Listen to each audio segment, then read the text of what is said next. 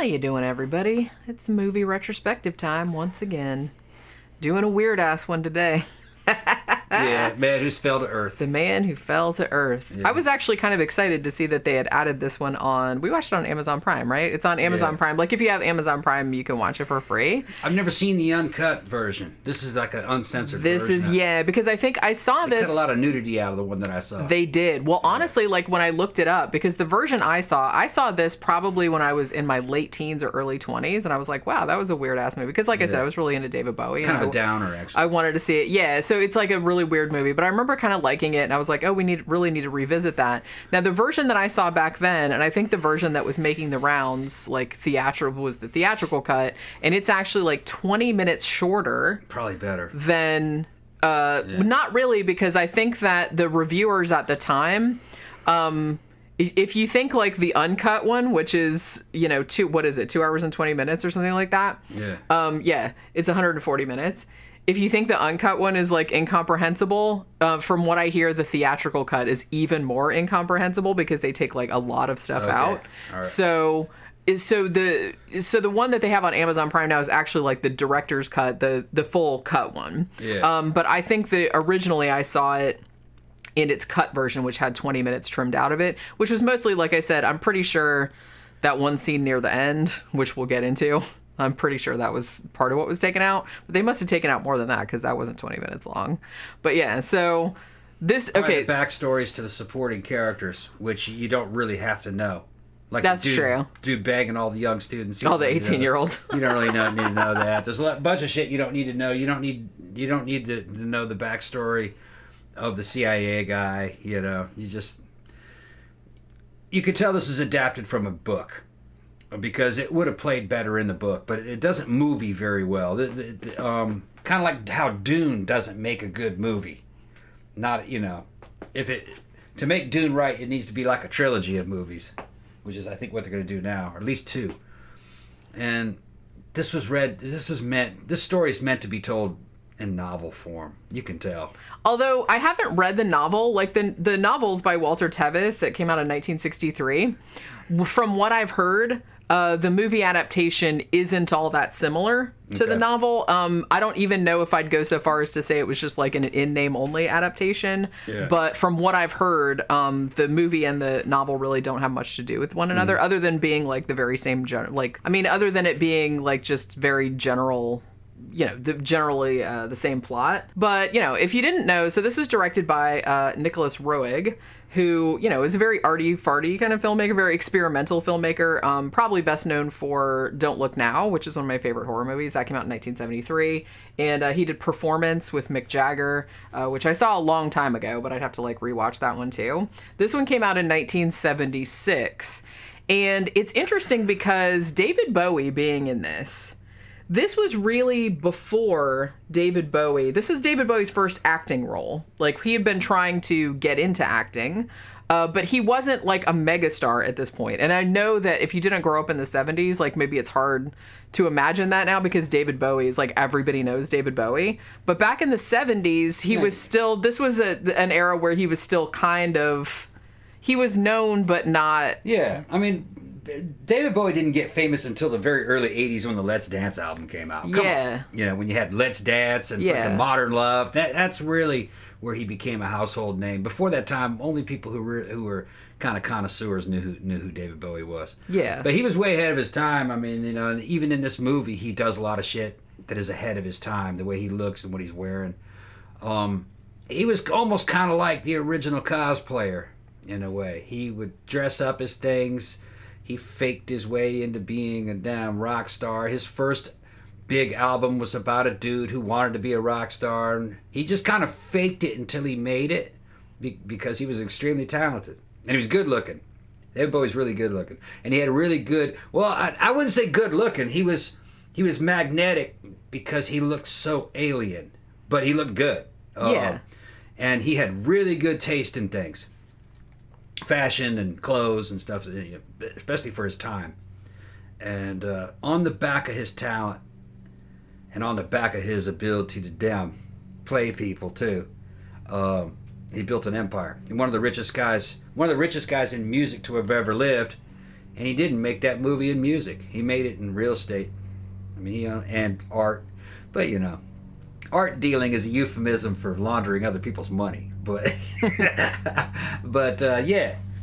He's a cool dude, real cool. Died a couple years back, and I was a big fan of all of his albums. I listened to all of them. Yeah, but his empire was, built on the back of who he was as a person. Yeah. And this idea that, wait a minute, David Bowie making movies and he wanted to be an actor before he even wanted to be a musician. He never really considered himself to be a musician. He always considered himself to be an entertainer. Yeah. And he primarily wanted to be an actor a lot too. He even wrote songs about a cracked actor and stuff, And his shows were had a lot of cosplay, and he would adopt new identities like the Thin White Duke and Ziggy Stardust, and he was an original, and he was the first to do that kind of shit. Well, honestly, I think that Nicolas Roeg got the idea to put him in this movie because he wasn't the first choice for this role. But I think from seeing, cracked actor, that kind of stuff. So he knew that even though he wasn't a massive star, I kind of feel like, I think Paramount wanted to made this, and I think that they gave it to Nicolas Roeg on the strength of Don't Look Now, which was actually a really big success. And this was not, but I feel like Nicolas Roeg was he wanted to make a movie, because you know how this movie is kind of this is one of those movies that it's either a sci-fi masterpiece or it's just going to be incomprehensible, or I guess it could be both of those things. It is incomprehensible in some ways, but Nicolas Roeg wanted to make this where it was kind of he wanted to play with the conventions of film. He didn't want to make a standard narrative film with a timeline and things happening in you know what I mean? Because the one thing that really struck me about rewatching this movie is that it gives you no clue whatsoever really about how much time is passing. Yeah. It's just kind of jumping around in time and place, and they're not really telling you how much time is going by. And I think he wanted to do that because he wanted it to seem sort of unmoored from reality or from linear time. Chances are you were dropping acid when you were seeing this movie anyway. It was really big on the midnight movie circuit. Yeah. So, and you can totally see why, because some of I think it's not as, if you see it now, it's probably not as weird or experimental or something like that as it would have been in the 70s. In the 70s, everybody's probably whoa, that's what was that? So crazy. It's it's detached from the space-time continuum. You know what I mean? Right. So I feel that's kind of what he was going for. This is definitely an art film. Oh, definitely, definitely. She's saying that it's kind of incomprehensible. You can comprehend it. It has a plot. It has a plot. It's just that its structure and its edit is kind of ponderous. It's jumping around, and it's not telling you how to feel about certain things. It's just showing you certain things. His relationship with his girlfriend is just a pretty standard, superficial relationship, but they've known each other forever. And it just makes you wonder, is this supposed to be some kind of a deep and meaningful relationship, or is it just supposed to be a superficial relationship? It is supposed to be a superficial. That's what it was. Well, because that's kind of the whole theme of the story, is that, he's the man who fell to Earth. He's an alien, in case you didn't know, who comes to Earth and ends up falling into the vapidity of sort of corporate America, wealth accumulation, just vapid entertainment, empty relationships, and he just alcoholism, and he just ends up getting sucked into it. He becomes like Pink Floyd from the movie The Wall in a certain way. Yeah, it is kind of like that. It is kind of like that. Kind of like that, and it's kind of a downer because he starts off as an interesting character, but then towards the end, he's kind of a mundane failure. He failed in his mission. But that was the whole point. That was the point of the book, and that was the point of the movie as well. Not only did he fall to Earth, he fell to reality and being mundane, which I guess that's how the author felt at the time. And it's kind of, to me, it felt like an analogy for being a teenager in a way, where some teenagers have these big fucking idealistic views. I'm going to change the world. I'm going to fucking help people and just change everything to be revolutionary. But then reality starts setting in. Starts kicking your ass. Yeah, and it doesn't turn out that way. And and that people lie. And that you're not original. Other people have tried to do that. And in fact, you're just like everybody else. And all that kind of shit starts kicking. And in the end, you're just fucking swilling vodka and fucking shit. Yeah, I got a job. Yeah, I'm making money. And he was a billionaire in this movie. He ended up having all these patents and fucking changing society and putting out all these fucking disruptive technologies. He ended up being kind of like a Elon Musk type dude. Made all this money, but it still wasn't enough. It was just vapid bullshit, really. And the CIA fucking saw him as a threat because he was putting out disruptive technologies that was threatening other fucking oligarchs and threatening the fucking normal order of fucking planned obsolescence, so they had to fucking capture him, and they didn't believe he was an alien. There's all kinds of shit. It's an interesting movie in a certain way. It would have been a lot better with a modern, tight edit and edited this bitch down to like an hour and a half, probably. And it could have been done a lot better by today's technology. But it is a movie of its time, and it's on the fucking back, on the strengths of David Bowie. If it wasn't David Bowie, this movie would have been forgotten. He's real good in it. So are the other actors. They're all everybody's good in it. I kind of feel like what ended up happening, like I said, this is David Bowie's first acting role. Now, according to him, he was totally coked up like during this whole thing. But he said that kind of worked out good because he didn't really have any idea what he was shooting from day to day. So he wasn't really acting. He was just acting like himself. Okay, yeah. And he's like, so that kind of came across very well because he comes across as like just a real...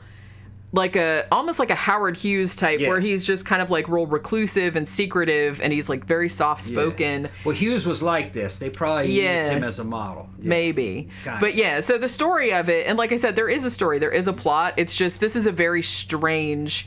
I mean, it's kind of like the apotheosis of the 70s experimental. We're shaking up like how filmmaking, like linear time and all this other kind of stuff. So I see where he was going with that, but it does have a plot that you can follow. It's just it doesn't really like handhold you as to like how much time is going by. Yeah. So essentially at the very beginning they show, some kind of stock footagey kind of stuff of like space and everything. So you're meant to presume that he's, come to Earth. There's a big splash, he falls in the water. Now you don't know how long it's been because it seems like he shows up in a town, and I think it's like in New Mexico. And I'm pretty sure that's where they shot it, like around Albuquerque and stuff. And he shows up and he sells a ring to get money. And like the lady only gives him $20, but then later he has like a big roll of cash. So you don't know how long it's been, if he brought cash with him somehow from an alien planet, or if there was like some kind of cash exchange on the planet he came from. I don't know. But his whole mission is that he has a wife and kids back on whatever planet he came from, which I don't think they ever name. And their planet is having like a really bad drought. And so he was tasked, apparently, by somebody to come to Earth. Wife. Yeah, maybe. His wife, because it doesn't look like anybody else is on the planet. Communication with his wife. Remember, he was just talking to his wife, and it didn't look like there was many people on the planet. They might have been the last of them. Yeah, it could. But like I said, there's a lot of stuff is just left vague. Yeah. So he just comes to Earth either to bring water back to his planet or to see if this planet is like okay and can the rest of the family come there. Although I'm assuming that he was supposed to take water back to that planet. Yeah, and they didn't need that much evidently because they were recycling it. You see it in their little suits. So I think really he was only planning on bringing back a few gallons of it, that's strange, but it's like, man, I have to drive all the way back to Earth like to go get water. But that's what he was tasked with. So he comes there, and because he has all this cool-ass alien technology, like he has self-developing photographs, which I think is funny. It's like that's not a big deal now, but in the 70s that was a big deal. Yeah, totally. He had like those kind of communication devices, which are almost kind of like those roll-up screens like they have now, like but they were kind of holographic. But they were like holographic. He has those. Yeah. He has a bunch of stuff. And he's able to just go to this one, he's a patent lawyer, right, that guy, or a corporate lawyer, and he goes to him and he's like, look, I want to make you the president of this company I'm setting up. I have all these patents, I have all these cool like techniques. I want you to start the business, and like I'm just only going to talk to you about it. Yeah. And he makes essentially like billions and billions of dollars like immediately. So like I said, there's no like build up. It's just kind of like in the next scene he's got this huge company, and it's global. Yeah, and these businesses, these companies that he has, what they're doing is they're making enough profit so he can have his own private space force. Yeah. And that spacecraft is going to go back to his planet. That's how he's going to bring the damn That's how he's going to bring the water back to his planet using businesses. So that's the plan. Yeah, he's because when he goes to the guy, he's like, well, how much do you think these patents will be worth? And I think the guy says like $300 million. And David Bowie's like, that's not enough. Yeah. And the dude's like, bro, how much do you want? Yeah. And then so I was thinking, he wants to start his own space program, right, so he can go back and forth, so he can take water or bring his family there or whatever it is that he's doing. So that's why he needs to like do all this kind of shit.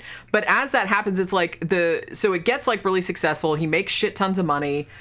He's very, like I said, very reclusive. He only basically talks to that one dude. And it's weird too, because there's all these kind of like side characters that eventually end up like working for the company or working against the company but I'm mostly talking about like that professor dude and like that other guy, the professor and the lawyer. Like the professor, like I said, there's this whole side, I don't even know if I'd call it a side plot, because it's not really a plot. It's just kind of like a character trait where he's a professor who's like in his 40s and he just like bangs a series of 18-year-olds. Yeah. And they all say the same thing. It's like, you're nothing like my dad. It's just kind of like a funny. Kind of trained to say that. Yeah, I guess so. It's just like a weird. What's funny is that like the other three guys in the movie, all right, who are like the supporting characters. You got the lawyer, the scientist, and the CIA guy. Yeah. They give the backgrounds to all three of them. And what's funny about them is that today you wouldn't notice much anything unusual about them, but they would have been unusual for the 70s. They were all good dudes, but all kind of flawed. And I guess they were just trying to say that there's nobody perfect in the world or in any kind of position. Like the lawyer, he was a gay dude living there, and then they ended up. Well, I guess you could say he ended up getting killed. His boyfriend did as well. And his boyfriend but that was one thing too. that I thought was really interesting about this movie that I'd forgotten about. They weren't was that normal people. Yeah. But by the 70s standards, and that they were achieving great things. And then you had they all had foibles and individual qualities about them. You know what I mean? Which were the 70s would have been cutting edge to show this in a movie. The gay aspect of it would have been cutting edge. Then they had the doctor, and the doctor or the scientist. The scientist had a thing for young girls. Now they weren't underage, but he was a college professor. He wasn't like banging 14-year-olds. He could have been making all this money with for these universities, but he was a sex addict. That was probably how you would have. He'd had a fetish for the kind of Lolita fetish, I guess you could say. That's how you would have described it today, because he could have been making all kinds of money in the fucking science, in the corporate fucking world, but he gave all that up just to bang young broads. Yeah, basically. And then the CIA guy was an ex-military dude who was like, they show pictures of him. All this shit is happening in different and out of order. You got to put it together. Yeah. They show him in his fucking military uniform. And he's like a low-ranking general, probably. Looked like a brigadier general or a lieutenant general.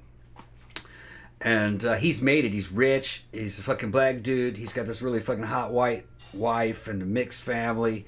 And but he's doing the dirty work for these corporations. Yeah. But he's not a bad guy. He's doing what he thinks is right.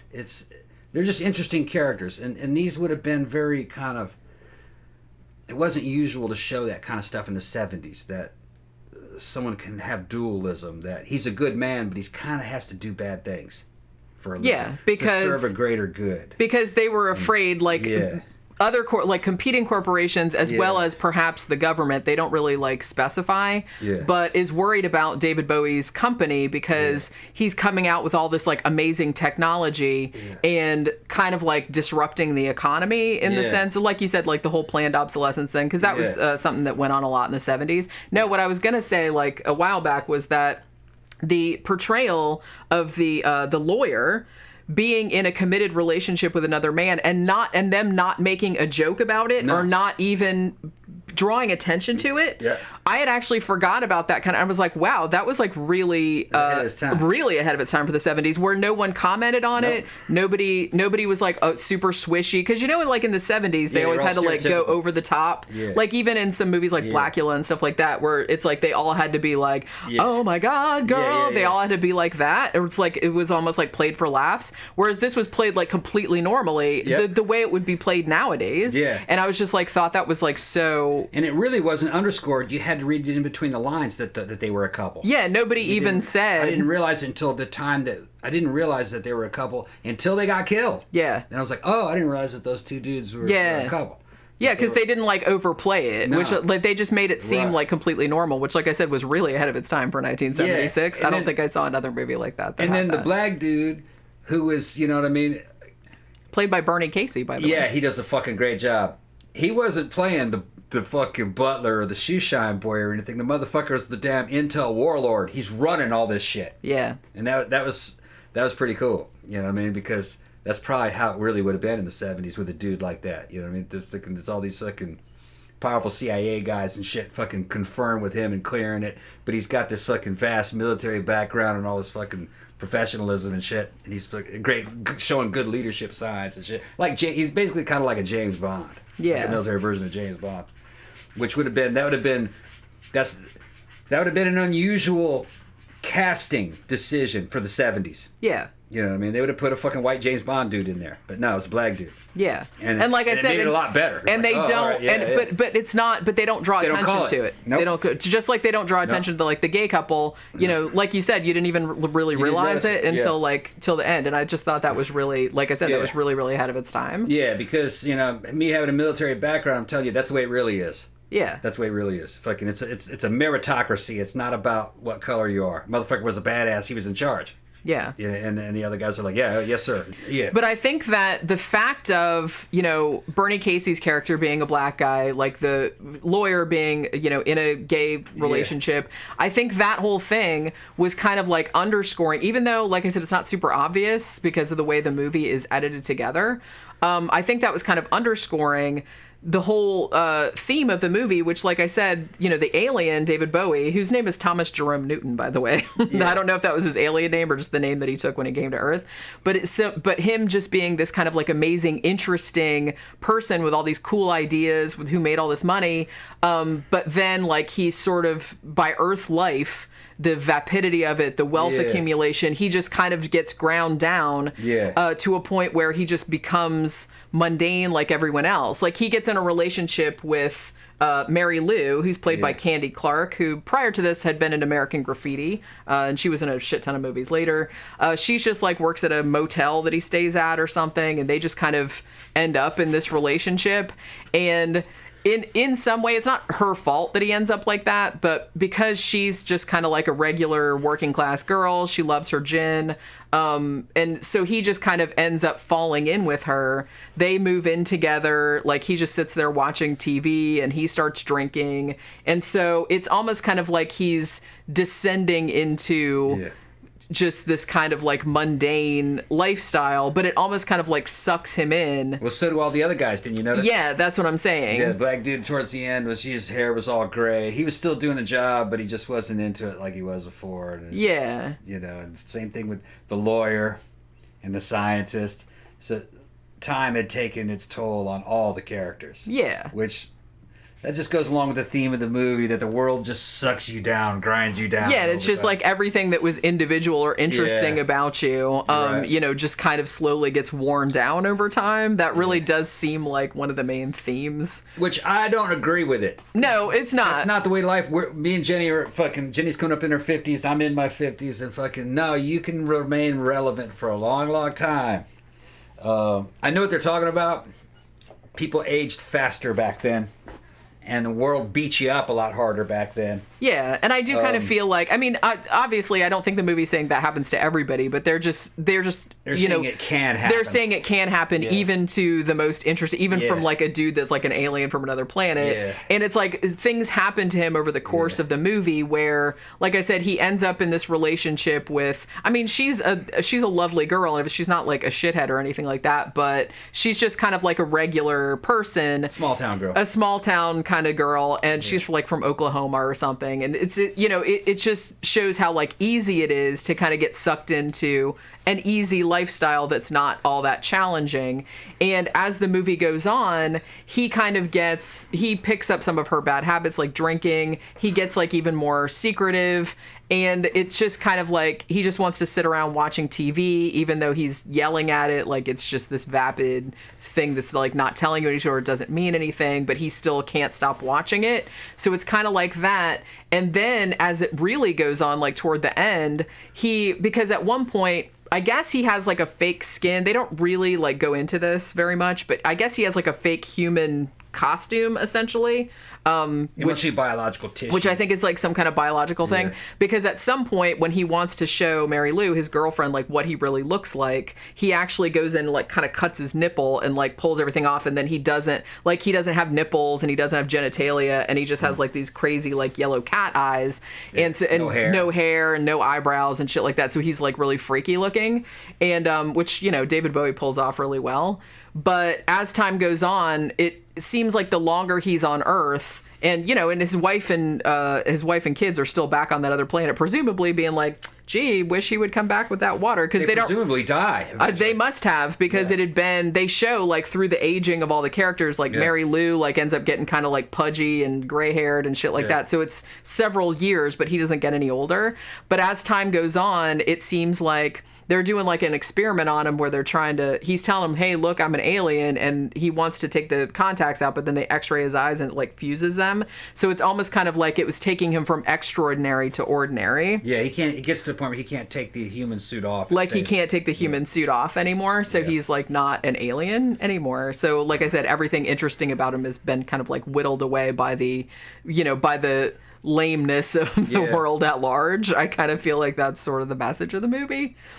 But yeah, so like I said, this movie, what ended up happening with it was that, as I said, Nicolas Roeg, having had a large success with Don't Look Now, which, like I said, if you haven't seen that, we reviewed it a long time ago. That's one of my favorite horror movies. That's a great fucking horror movie.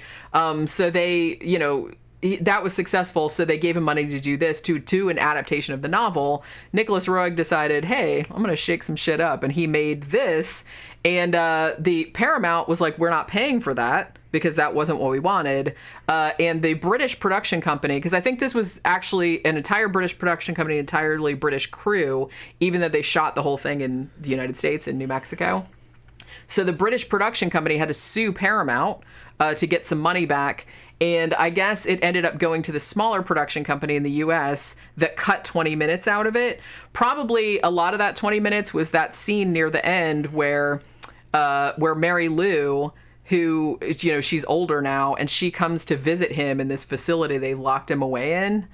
And they have this crazy sex scene where he's basically like shooting at her with blanks, and she's shooting at him with blanks, like right in their fucking faces, which...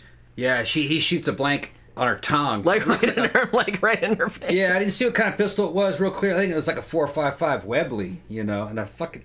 Do not do that. If you put a fucking blank fire pistol up against anything, pull the trigger, it'll blow it right off. That gas comes out of there, ultrasonic. It'll just blow a hole right through you. It doesn't need to have a bullet. Yeah. And fucking that should have been edited out, because you don't want to give people an idea that you can just shoot a blank right in someone's face, and it's right not in someone's ear, and it's anything. okay. No, fuck no. It'll blow a hole right through you, just like it would have, just like there was a bullet in it. Yeah, because it's like right there. Yeah. So yeah, and it's a weird like extended scene. Yeah, them just shooting blanks. Just shooting blanks like right in each other's faces. Who wrote this shit? Yeah. Well, it's super bizarre. So I kind of feel like that was probably taken out. There's a lot of nudity in this. There's a lot of weird sex scenes. So I kind of feel like a lot of that was probably taken out as well. Because like I said, the U.S. cut was 20 minutes shorter. But the version that's on Amazon Prime now is the actual cut, like the original cut that came out in Europe, which is 2 hours and 20 minutes long. That's European, maybe. Yeah. Because I think only a European at that time would have made a scene showing blanks being used that way. You couldn't show that in America. Well, like I said, it was a British production. It's a British film. You know. Yeah, no, yeah. They just filmed it here. That's for people that don't think guns are real. Fucking right. Well, they're all over the United States, so you cannot do. That's like saying it's just a chainsaw. Here. It doesn't have the actual chain on it, but I'm gonna rub it right up against your throat and see how that goes. It's But yeah, so how it ends up, like I said, so he actually does make enough money to build a spaceship, but it actually is not his fault because he actually is all suited up and he's going to go back to the planet like with the water and everything. And like I said, it's a big Elon Musk kind of moment where it's like, look, it's a private enterprise and he's going up to space and everything.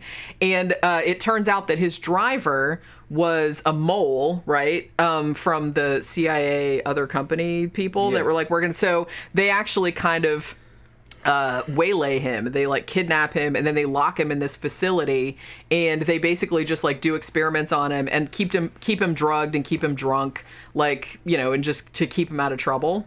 And so we don't know how long that goes on. It's presumably quite a long time because when Mary Lou comes back to visit him, she's like much older and much fatter. Probably it's pretend she's much fatter. Well, I know they puffed her face out, which actually probably would happen if you were as drunk as she was, because she's like I said, she was like drunk all the time. Yeah, and it's like they show their house and it's just like there's just gin bottles all over the fucking place. In reality, that bitch was fucking skinny and cute as shit. She was, yeah. Do you know what I heard? I was watching Mark Kermode's discussion about this movie. I think, and I don't know if this is true or not, because you know how skinny David Bowie is in this movie? Yeah. Mark Kermode said that that David Bowie had to gain 14 pounds for this role. Yeah. Which I find that hard to believe because he's real skinny in this movie. He was just cocaine's a hell of a drug. It is. Yeah. And like I said, he said he was super coked up on this movie. Although the other actors, like Candy Clark, who plays Mary Lou, she said he was lovely. She said he didn't seem like he was coked up or anything, but he says he was. But he said that probably helped because he just acted like himself. And he's like, and I felt kind of like an alien at that point in my life, so it probably worked out. You know what I mean? Back in those days, cocaine was cheap. As long as you had a lot of it, you could keep yourself coked up. You'd never fucking really. And it was, it's not like smoking crack. It's not quite as harsh. So that's true. They lived like that. It's an appetite suppressant. They just wouldn't eat. Yeah. Well, that's why everyone was so fucking scrawny in the 70s. Yeah. The quality was good compared to today's standards. Yeah. Back then, you couldn't do that today. You'd all fucking go broke. Fucking, you just could afford it. Yeah, I feel like cocaine, like the price of it started going way up in the 80s, and then then it became like the yuppie drug, and then that's why everybody went to crack because like cocaine was becoming too expensive. On a side thing, we talk about cocaine. I know this is going to be a sidetrack. Evidently, on some of those islands where they have the children islands and everything, they had whole barrels of designer fucking drugs made from their friends' fucking drug companies, real drug companies, you know. They weren't named, but they could make analogs to cocaine that you can't find it on the street. They'll just make it for themselves, and it's that same effect. But then after a few hours, you become repelled by it. So it stops working, and it keeps you from getting addicted to it. Weird. Interesting. It's like a designer version of cocaine. Yeah. That you can't get addicted to because after a while you're just like, ugh, no more. Yeah. Yeah. Weird. I believe it though. But evidently there were whole 55-gallon oil drums of it found, or not, well, big 55-gallon drums on the island that had the man with the children. Go ahead. But yeah, so I feel like what ends up happening at the end, like I said, so they kidnap him, and then after a long time, that, like I said, there's no signposts really, like how much time has passed between each thing happening.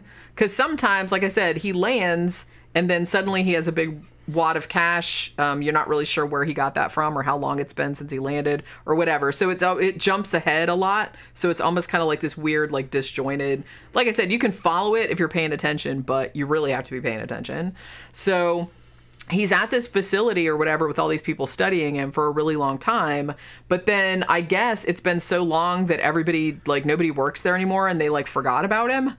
So he just leaves because he's like, oh, it's unlocked. So he just leaves, I guess, because, Candy Clark or Mary Lou comes to visit him, and they're just kind of like, okay, bye. And then, like, he leaves.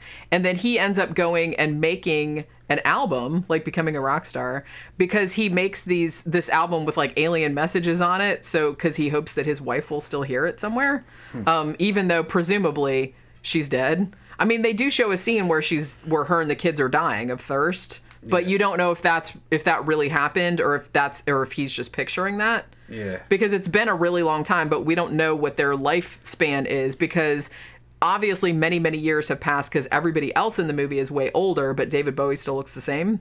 Yeah. Because he, like, hooks back up with one of the dudes that was, like, worked for his company who has since married Mary Lou, and he's, like, much older, and he's like, hey, I heard your record, like, I didn't really love it or whatever. And then, David Bowie's just there, like, drunk, and the waiter comes over and just be like, I think you've had enough, Mr. Newton, you know what I mean? So he apparently still has all his money, but he can't go back home now, and even if he does, like, his wife and kids are probably dead. So it's kind of like a bummer ending, because it's like he came here, like, all full of promise, and he was all crazy, and he had all these cool, like, gadgets and patents, and he made billions and billions of dollars, and he's like, yeah, I'm gonna go back to space, and I have my own space program and shit like that. But the world just ground him down in the end, and now he's just like this sad dude sitting at a cafe drinking in the middle of the day. Yeah. And it's just kind of, and his family's probably dead on some distant planet, and he's probably never going to get back home. And it's just like a really, really sad. But like I said, I feel like this is definitely one of those movies that it comes up on a lot of people's, best sci-fi movies list. And I can see that. But like I said, it's very, very experimental. It's not it has a plot, but it's very strange. The ponderous fucking edit, the edit of it is very strange. The timeline of it is very strange. So you're not really sure, but it's one of those movies where it has, like, some really cool visuals. David Bowie is always worth watching. But like you said, I kind of feel like if David Bowie wasn't in this, then I don't know if it would have been the same or if it would have been as memorable. I don't think so. Just because David Bowie, like, the way he comes across in this, because he's always, I mean, just as a person, he always seemed like so unearthly anyway. So even though he wasn't the first choice for this role, I mean, I think it was really good that he ended up in this, because he really brings an alienness to the role. You can totally buy that he's not from this planet. What holds this back is the edit.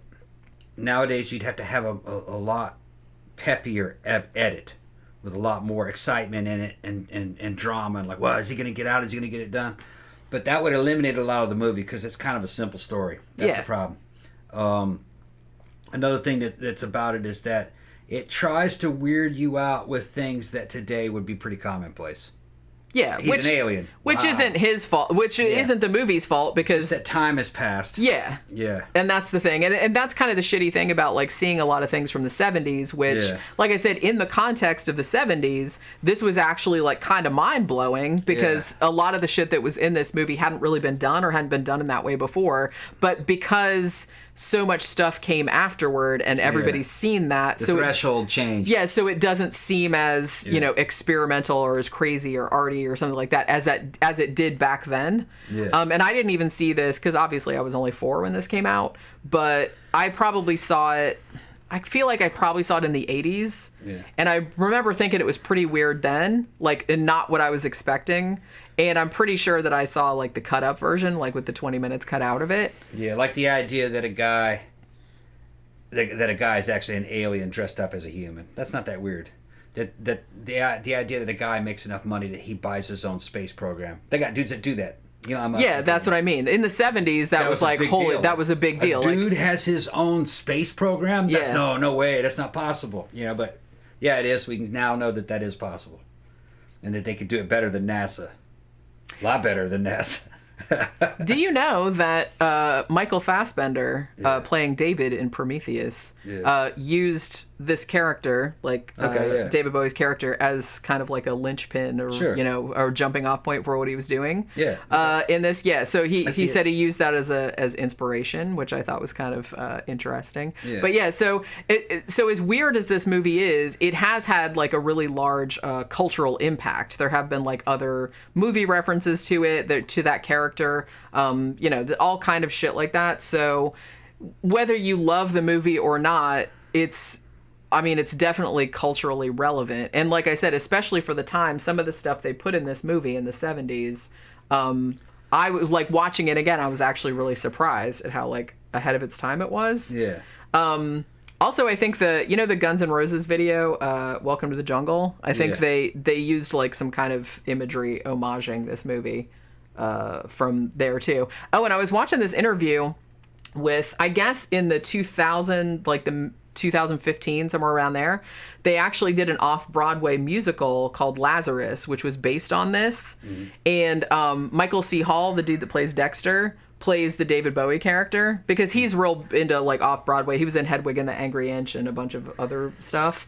But yeah, so, and I've heard it was like really, really awesome. But I don't know if it's like a remake or if it's like a continuation. But I don't know. I was just like watching an interview with him and it's like, that kind of sounded pretty cool, but I don't know. We'll see. And I think in the 80s too, I think they did like a TV series or a TV movie that was another adaptation of this, but I haven't seen that. And I don't imagine it's very good because I never hear anybody bring it up. Everybody brings up this movie because it's like weird as shit. And like I said, David Bowie's in it, but I don't know. Like I said, it's on Amazon Prime. If you have Amazon Prime, you can watch it for free. If you have 2.5 hours, and you want to see like some weird 70s, I want to say sort of borderline incomprehensible, but you can kind of follow it, but you just have to pay attention. It's an important movie from a cultural aspect. It is, yeah. You know, about who David Bowie was and what a certain opinion of what a 70s American corporate culture was like. It's still kind of like that. Not as it's changed some, but some of the concepts are still there. Yeah. Like this is the only show I know of that ever came out and talked about planned obsolescence and disruptive technologies. No other movie ever mentioned that, and that was a reality. And well, I think they did, but it's like this is the only one that I could think of offhand. I mean, I'm sure there were probably some other. A company would have an invention. They said, "Man, this is a badass invention. We'll beat all the fucking we will beat all the competition if we come out with this." And they go, "But you know what? We could sell this model and this model and this model first and make all that money, and then eventually replace it with this one." So they were controlling they were doing that. But see, I think to jump right to that ultimate model, they'd miss out on the other money that they wanted you to buy all of them. Well, I mean, I remember people, I don't know, I'm sure it was in a movie, but I remember people talking about that in the 70s. Yeah. Particularly in regards to cars and things. Yeah. I remember my family talking about it. I remember people on TV talking about it. So it's so I'm sure it turned up in other movies. But you know what, though? It was a conspiracy theory back then. But it was true. And Gramthars will tell you about it because, we grew up partially in the Detroit auto industry area in Trenton, Michigan. And we had friends and family members that worked for the Ford and GM. And that was definitely part of the plan at the executive level. Well, yeah, I mean, they want you to buy a new car. They want you to buy honestly, all the cars in the 50s. They were even being pretty blatant because, I've seen some of those, new cars of the year, whatever, like shorts, they do a lot of them on MST, and they would pretty much come out and be like, hey, in 2 years you buy a new car. So they were like really open about it. Open every 2 years you'd buy another car. Yeah. But if you went to a place like Mississippi or Florida and you asked a person, you told them, do you think that they would, do you think that planned obsolescence is a real thing? They go, no, they're giving you the best that they have at that time. No, they're not. They had that shit planned out in fucking steps over 10 years, 5 years. So you were, the buying public was 5-10 years behind of what they actually had planned. And they would have said that was a conspiracy theory. But no, and if you grew up in the downriver area in Michigan, where everybody's friend and family were involved in the fucking auto industry at the executive levels, no, you knew exactly, they knew it was coming. They were going to make all those money along the way on those little steps.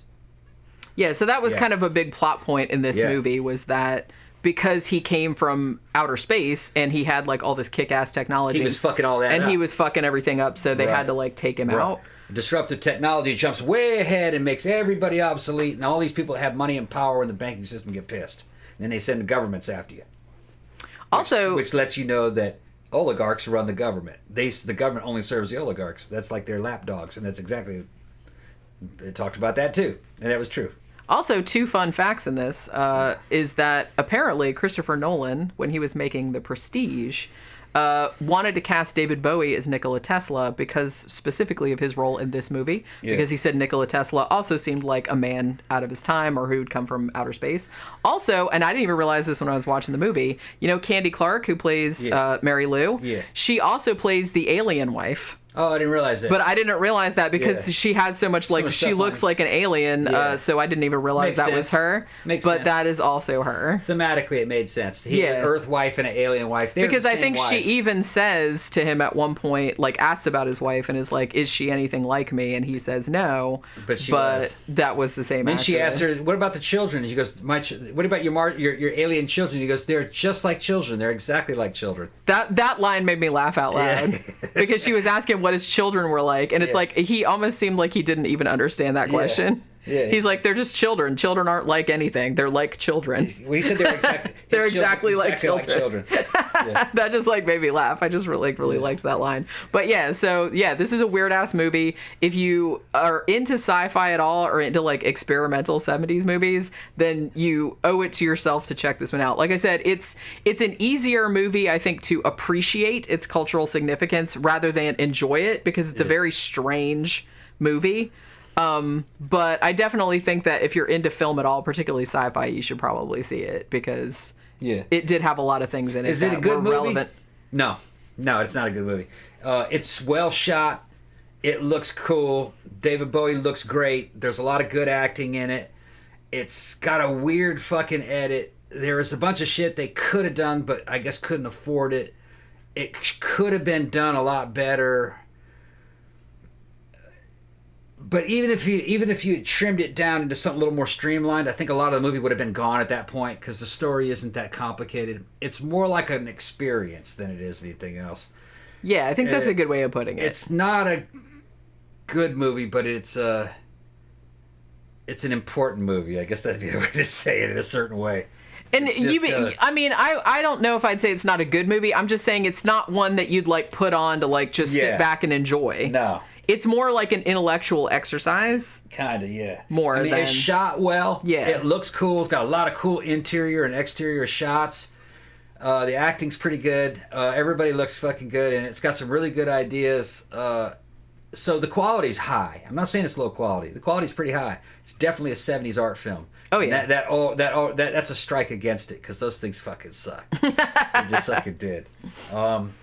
They were. But you have to respect. Much ado about nothing a lot of the times, but this did have a lot going for it. It was one of the best of its types. Yeah. Well, and you have to respect that, in the 60s and 70s, filmmakers were busting out of this little box that filmmaking had been put into, and is like, we want to do something different. And even if you tried to do something different and you failed, I would rather you do something different than just do the same old again. And this is definitely not same old. No, it is unusual. It is a very strange movie. Yeah. But like I said, I'll watch that over like a boring formulaic movie any day of the week. So just saying. So that'll do it for this movie retrospective on The Man Who Fell to Earth from 1976. We will see you on the next one. Bye.